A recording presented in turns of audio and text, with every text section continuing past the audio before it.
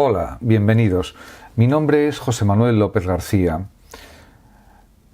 Psicología analítica de Jung. En este vídeo voy a ofrecer algunas explicaciones sobre la psicología de Jung, de Carl Gustav Jung, que es uno de los más grandes psiquiatras de la historia. Es conocido por sus estudios de psiquiatría. Nació en Suiza en el año 1875 y murió en el año 1961. En cuanto a su formación, pues realmente realizó la carrera de médico, se aproximó a Freud, a las doctrinas freudianas, aunque a partir del año 1913 se alejó del planteamiento de Freud y creó un sistema de ideas psicológicas que podemos denominar psicología de los complejos o psicología analítica. Aunque ciertamente al principio la relación con Freud fue muy positiva, pronto consideró Jung que sus propios planteamientos psiquiátricos, psicológicos, de análisis psicológico de los pacientes diferían de los del propio Freud. Por ejemplo, en la cuestión de la sexualidad, Jung consideraba que era un aspecto importante de la realidad humana, de la vida humana, pero que no era, diríamos, una función tan fundamental como la que le atribuía el propio Freud. Por otra parte, Jung introdujo el término complejo en sus estudios de asociación diagnóstica del año 1906. Es un concepto, el de complejo o complejos, que tuvo mucho éxito en la psiquiatría contemporánea, en la psicología en general, y marcó el inicio de una forma de realizar psicología y psiquiatría. De hecho, el mismo Jung consideraba que los complejos eran grupos de contenidos psíquicos que, desvinculados de la conciencia, pasan a lo inconsciente, donde continúan llevando una existencia relativamente autónoma e influyen indudablemente sobre la conducta o sobre los comportamientos. Por otra parte, también Jung puso de manifiesto que el tiempo de reacción, por ejemplo, cuando vemos una palabra, es el tiempo que transcurre entre la presentación del término y la respuesta del sujeto. Este tiempo de reacción cambia de unas palabras a otras, puede ser un tiempo de reacción más extenso, menos extenso, y esto también daba una serie de informaciones acerca del psiquismo de la persona y de sus posibles problemas mentales, etc. También es verdad que a través del contenido de las reacciones verbales y de los sueños, Jung considera que se puede penetrar en el inconsciente. Y esto también era algo ciertamente significativo e importante. Otro concepto que trató y que estudió y que elaboró Carl Gustav Jung es el de lo inconsciente colectivo, porque para este psiquiatra y pensador la estructura del psiquismo abarca la conciencia, pero también el inconsciente personal, que es, según él, donde se conserva y se agita o se mueve aquello que la conciencia quiere reprimir, abandonar o cancelar. Además, insistió Jung en la existencia de lo inconsciente personal, que consiste en complejos.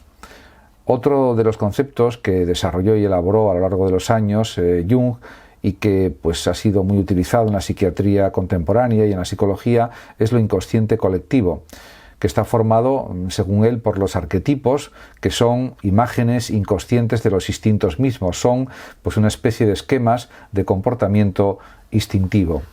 Y esto, realmente, esta idea del inconsciente colectivo, diríamos que ha sido utilizada en el ámbito de la filosofía, en el ámbito también de la literatura, por supuesto, y en otros ámbitos culturales.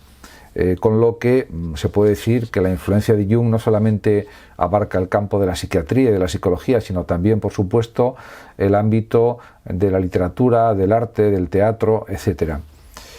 Sus ideas fueron muy debatidas, muy analizadas, muy estudiadas, muy comentadas, y se han escrito muchos libros acerca de las teorías psiquiátricas del propio Jung. Se puede decir que Jung, como filósofo, como psiquiatra, como médico, se interesó mucho por muchísimos aspectos de la filosofía. Estudió y leyó a Kant, por ejemplo, y a otros grandes filósofos. Siempre le interesó muchísimo el saber filosófico, y lo dice incluso en entrevistas, como por ejemplo la última que realizó en la BBC, Cara a Cara, con Jung, se titulaba, o se titula. También le gustaba más la práctica o el ejercicio de la medicina, de la psiquiatría, que el ser profesor, por ejemplo. Eso lo dice también él explícitamente en esa entrevista y en otras. Realmente, pues Jung es una figura de la psiquiatría contemporánea, pues del mismo nivel, podríamos decir, que Freud o que otros grandes psiquiatras. Y de hecho, pues sus obras son conocidas, sus teorías también son reinterpretadas y analizadas continuamente, y es entendible que así sea, porque pues analizó la mente humana de una forma muy profunda y a la vez muy extensa, y además tuvo una práctica como psiquiatra de muchísimos años, hasta su jubilación o hasta su retiro, podríamos decir.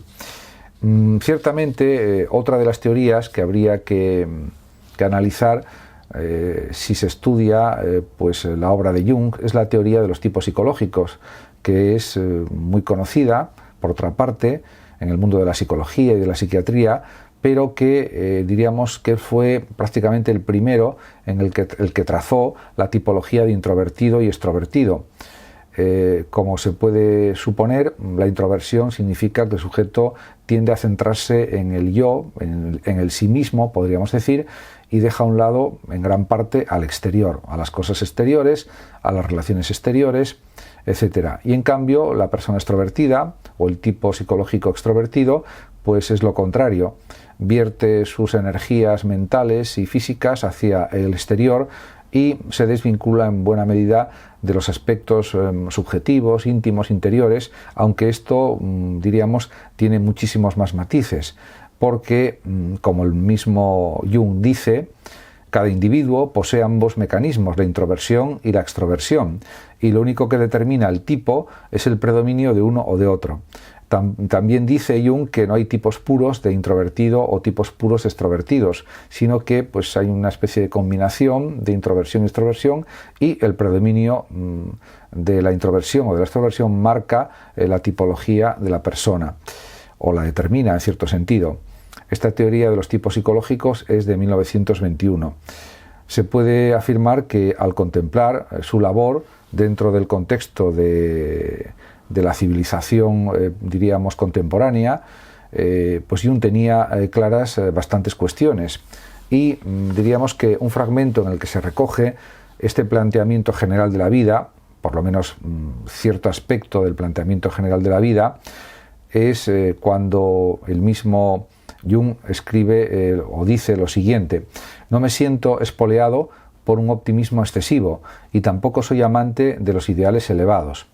Aquí resume pues su filosofía de vida, por lo menos en ciertas cuestiones, sino que me intereso simplemente por el destino del ser humano en cuanto individuo, su unidad, esa unidad infinitesimal de la cual depende un mundo y en la cual, si leemos correctamente el significado del mensaje cristiano, también Dios busca su fin. Con lo cual está indicando que su psiquiatría se mueve en el ámbito más bien podríamos decir, del empirismo, pero también en parte del idealismo, del espiritualismo, de una síntesis de lo religioso, de lo espiritual y también de lo que se puede observar, de lo observable. De hecho, pues en una última entrevista pública que realizó con la BBC, titulada Cara a cara con Jung, en 1959, el entrevistador de la BBC, una de las preguntas que le hizo fue la siguiente: ¿cree en Dios? Y la contestación que ofreció Jung a esta pregunta se hizo célebre y fue objeto de numerosas controversias, debates, polémicas, especulaciones, etc. De hecho, lo que dijo Jung contestando esta pregunta fue lo siguiente: no tengo necesidad de creer en Dios, lo conozco. Puede parecer una respuesta pues quizás aparentemente pretenciosa, pero simplemente él indicaba que se podía vivir con un sentido espiritual o religioso en la vida, y que eso pues probablemente ayudaría a llevar una vida más plena, más completa.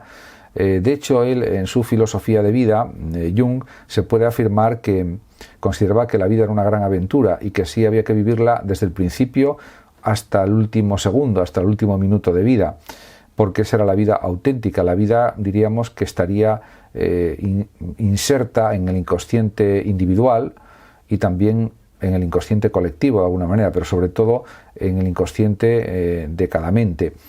Por tanto, diríamos, su psiquiatría, su filosofía, está instalada en el positivismo, en el optimismo, en la fuerza, en la energía, y eso tampoco supone que quiera negar, por ejemplo, la importancia de las religiones como consuelo psicológico o como fuerza psicológica para los sujetos que así lo desean, etcétera, etcétera. En cualquier caso, él pues apuesta decididamente por una vida llena de actividad, llena de contenidos, llena de creaciones, llena de proyectos, y eso considera que es realmente vivir.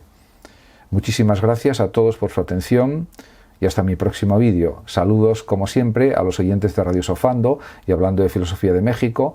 Y por último decir que los que lo deseen pueden compartir este vídeo en sus redes sociales, darle like o simplemente suscribirse a mi canal de YouTube. Hasta siempre.